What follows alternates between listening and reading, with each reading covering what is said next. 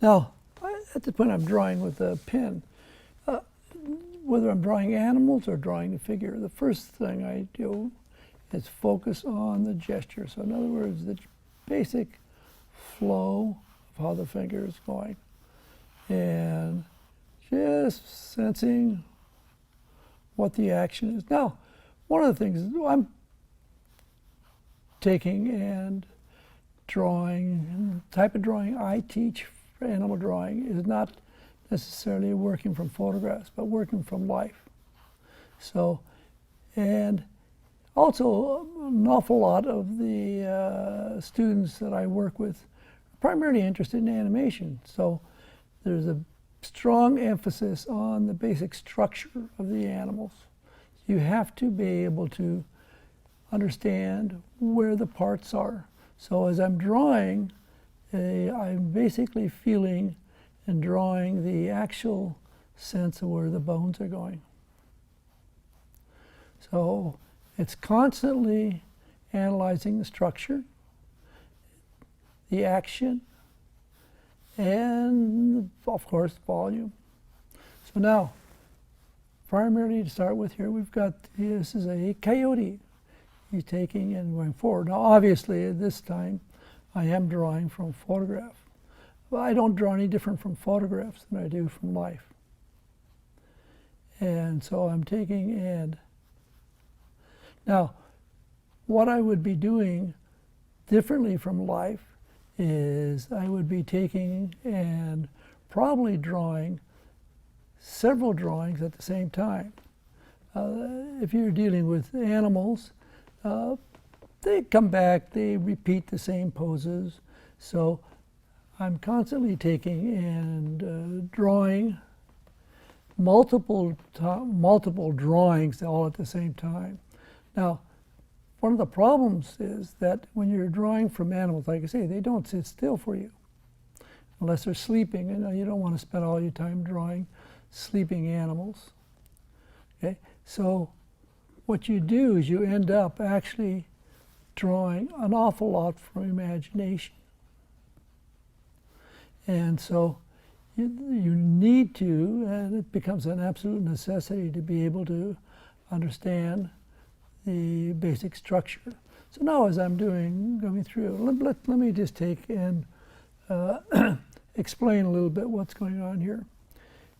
If you take and do a diagram, what most four-legged animals are. You have a head, you have a neck, rib cage, which is narrow in the beginning, in the top, the scapulas, which are coming along the sides, you have a waist, and in this case we're drawing a dog type, so the pelvis is box-like, a little wider at the end, coming back.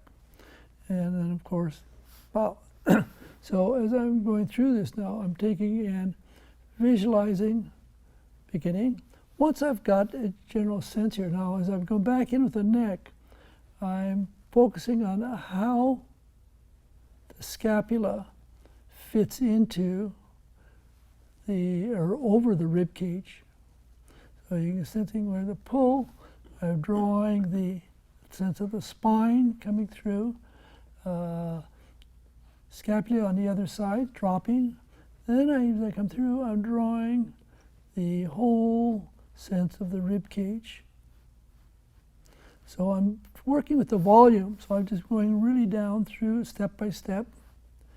And from here then, okay, the pelvis. Now, it's difficult to actually see the pelvis. So, but you have to, if you understand what you're looking at, you will recognize that you're working with the corners, coming through, the tail coming out here, and I'm going to bring the tail out a little bit farther. Okay. And we pull pelvis, think of where the bone is actually coming from. Then from there, I'm taking and drawing actual muscles as they're coming off of the pelvis, coming down, pulling through, attaching. I look to the Achilles tendon, which would be the equivalent of our Well, it is the same as us. It's the gastrocnemius muscles, the joint coming through here. Feel the gesture, foot slightly lifting. The back leg is coming forward. Now, and notice I'm constantly, I adjust, a change. I don't feel like I'm stuck to the elements that I've got. And when I start out with a gesture, it's an approximation. And then as I progressively develop the drawing, I'm constantly taking and correcting and adjusting myself. So now, once I'm at this point, I can use, and this is a thing, not copy what you draw. You try to use the elements. For instance, now when I come in here and start to think of the fur, I use the fur to go over the surface. So in this case, the coyotes looks like it's a bit molting. So I can use the fur. Notice that I'm going over the surface, coming through. I really try to think about the way the muscles are pulling inside. So as I'm doing this, I will be taking and trying to indicate muscles, a bit more of the fur coming through. Feel the fullness of the belly here, stretching.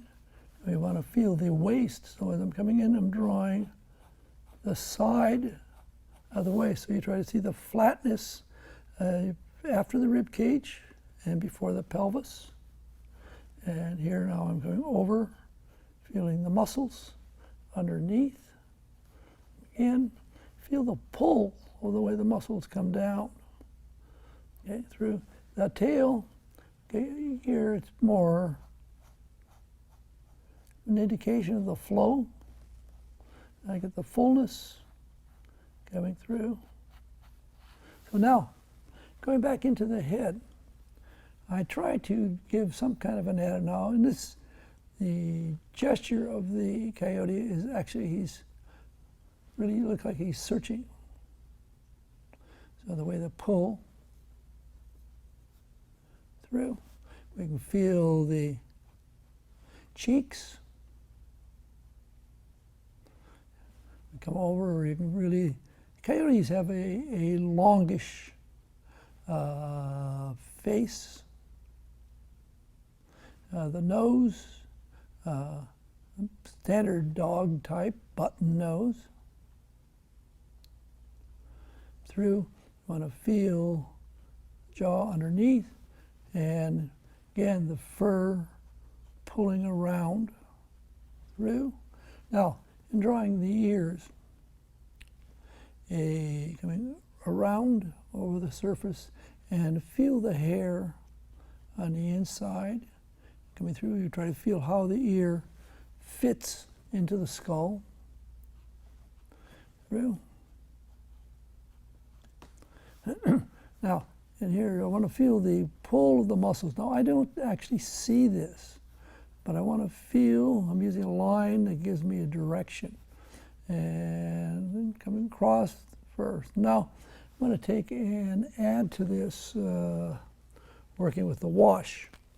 Now, I use the wash to take and help define the volumes. In other words, if I have a simple sphere, I can emphasize that sphere by rendering it with the wash. So now, in rendering the sphere, using the wash to take and help show the roundness. So in the photograph, if you look at it as I'm doing this drawing, you will notice that there's very little sense of light actually on it. But I'm taking and I create the tone to take and emphasize the 3-dimension. So I'm pulling around, I'm going over.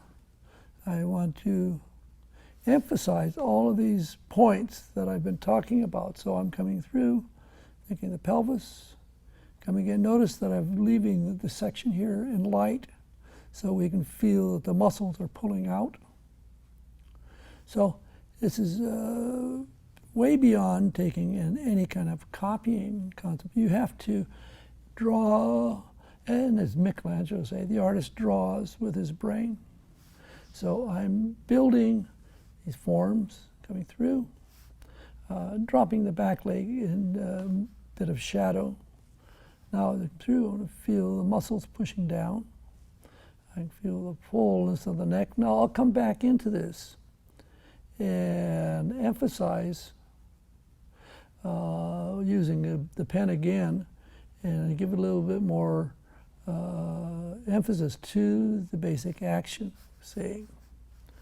And so now go back, and here I want to take, and I want to get, when you use the pen to where you've already got some dark or some wet wash, it adds a stronger accent.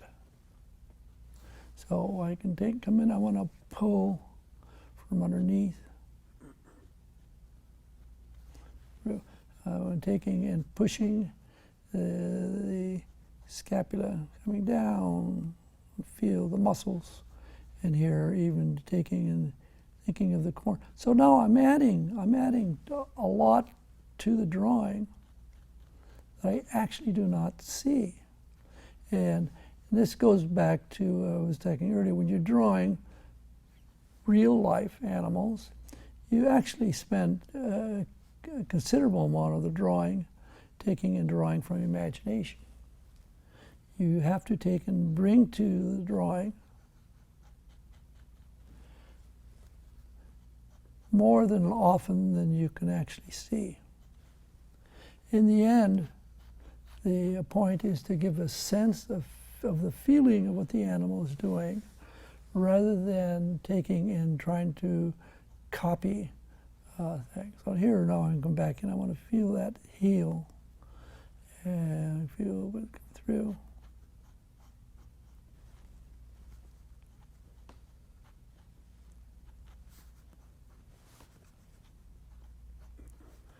Okay, let's take and try another one.